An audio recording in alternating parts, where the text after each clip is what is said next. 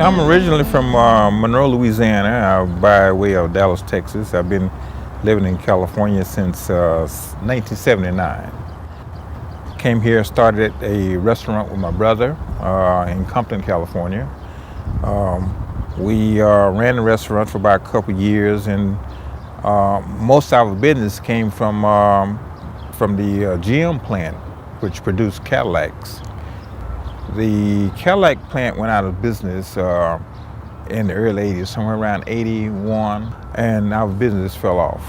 So my brother and I just made a decision to split the profits and whatever we had and move on to some other things.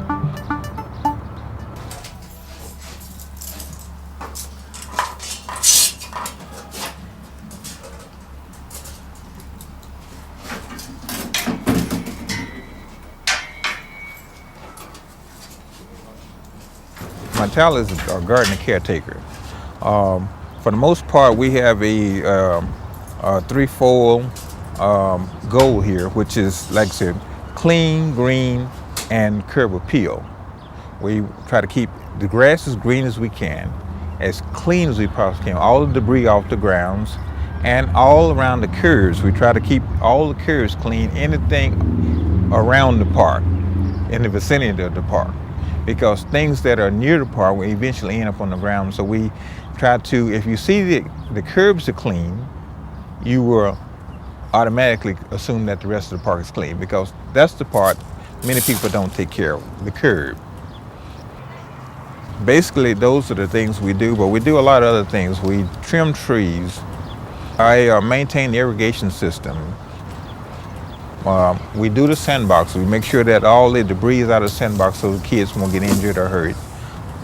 There's just a lot of small things we do that the public never sees. We just try to keep a wholesome, clean environment for the public. The toughest part is keeping up with the vandalism, graffiti, people using the restrooms in different areas, corners of the buildings, of the infrastructure. Everything else I can deal with pretty good, but I hate to see the vandalism.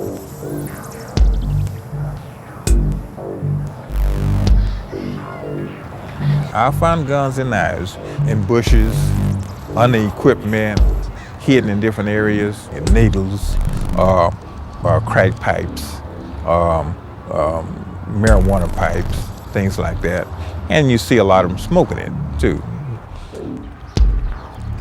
Those are about the strangest things I've found.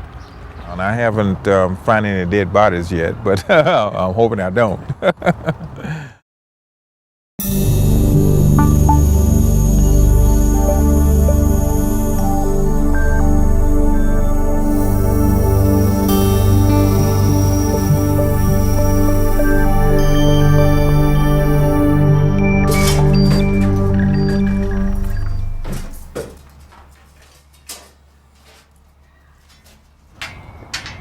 What the heck would happen to this park without you guys? You're already short-staffed. Yes. What if there was nobody to clean it?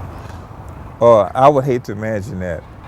There would have to be some volunteer efforts from the community. You know, the community probably would have to jump in and help out. And in many areas that has happened because they recognize that we're short. They recognize that we need help and we're strained to the limits. But if people would just pick up after themselves, that would be one great thing for us. Once it starts going down, the bad element takes over. So I would hate to imagine what would happen. The park had been in disrepair, not cleaned, unkept for several years.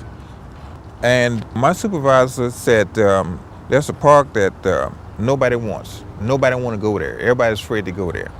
And she said, would you be willing to go and try to make a difference?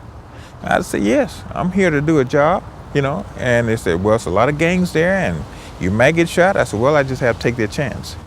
So I went and never had been there before. When I got there, I couldn't believe what I saw. I mean, There was a stench around the place. I mean, there were windows broken. There was vandalism. There was every inch of the building was vandalized. When I looked at it, I said, it's going to take a while to turn this thing around. And I said, I don't know if I ever will. I requested a crew to help me turn this thing around. The first crew I requested that came in to help, they just gave up. I mean, when they saw it, they just got to say, oh, no, we just can't do it. It'll never happen. You'll never make it. You never turn around. I said, no, we're going to turn this place around. So I requested another crew. So I got a crew on the second request. I got a crew that was really dedicated, that really wanted to help me turn this thing around. So we got busy. We rolled up our sleeves. We scraped grime and grease. We just went through everything that we saw that was dilapidated or need repair or need replacing, and we just changed everything. And once they start seeing the park start shaping up and people start coming by giving us a little praise and giving us accolades about how they liked the park and how things were changing, the neighborhood began to change. Around the neighborhood where all the homes were, people started cutting the grass. People started painting the fences. They started taking all these old cars that weren't running out of the yard. They started doing all the things that would make the house, a home, look good. So the park was a reflection of the neighborhood. As the park changed, the neighborhood changed. And it was just a total transformation. The whole park became that little haven in the middle of the neighborhood. All because of you. Yeah, well, I hope so. I hope so, because I just took it under my wing that I was going to change this thing. It was an opportunity for me to make a difference in the world. Maybe I may not make another difference anywhere else, but like I say, it's a labor of love, and I don't mind doing it, because when I leave in the afternoons, I want this park to be sparkling, because this park is representative of who I am.